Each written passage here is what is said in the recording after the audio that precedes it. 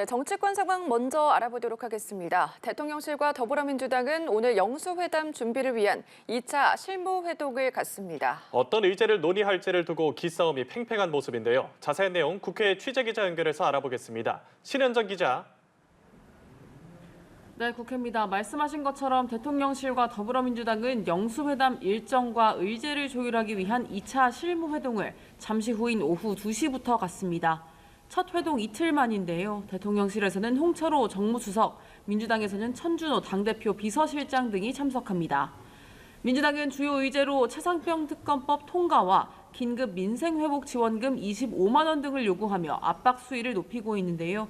홍익표 원내대표의 발언 들어보시겠습니다.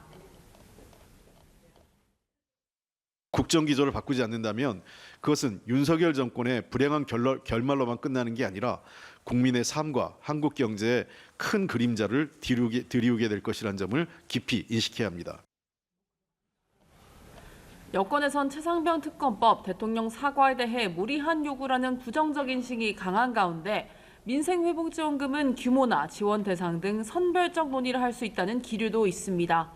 국민의힘도 대응에 가세했는데요. 윤재욱 원내대표는 영수회담과 관련해 국민적 기대라는 관점에서 서로 논의했으면 좋겠다고 말했습니다.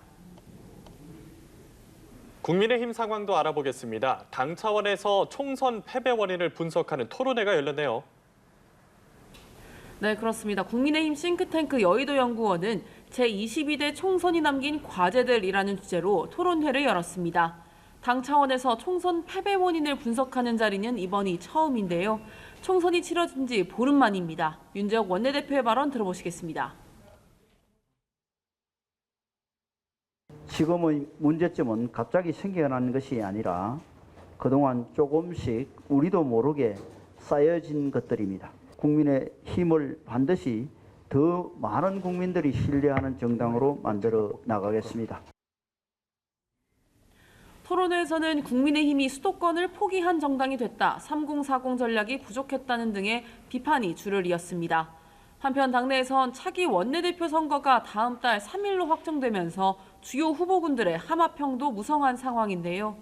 일각에선 수도권 중진인 비윤 나경원 당선인과 친윤 핵심 이철규 의원이 연대해서 각각 당대표와 원내대표 선거에 나올 것이라는 관측이 나오고 있습니다. 이 의원은 소위 나이연대설과 관련해서 억측이라는 입장입니다. 나 당선인도 CBS 라디오에 출연해 이건 아닌데 하는 생각이 든다고 밝혔는데요. 그러면서도 총선 후 윤 대통령과 소통을 한 적이 있다면서 당이 앞으로 어떻게 돼야 하는지 정말 고민하고 있다고 말했습니다. 네, 조국 혁신당 상황도 알아보죠. 황운하 의원이 원내대표가 됐다면서요. 네, 그렇습니다. 조국 혁신당은 교황 선출 방식으로 10분 만에 새 원내대표로 황운하 의원을 선출했습니다. 황 신임 원내대표는 기자회견에서 민주당과 조국 혁신당의 1호 공약 한동훈 특검법 논의를 시작했다고 설명했습니다. 20석을 채워 원내 교섭단체가 되겠다는 포부도 밝혔는데 민주당 위성정당 내 포섭 대상이던 당선인 2명이 민주당 합류를 공식 선언해 난항이 예상됩니다. 황 원내대표는 원내 교섭단체 구성 요건이 유신 독재의 잔재라고 지적했는데요. 관련 발언 들어보시죠. 양당제도 폐해를 극복하고 국회에서 다양성이 존중되고 총선 민의가 충실히 반영되기 위한 교섭단체 요건 완화는 논의할 가치가 있다라고 생각하고요. 어찌 보면 유신 독재의 잔재입니다.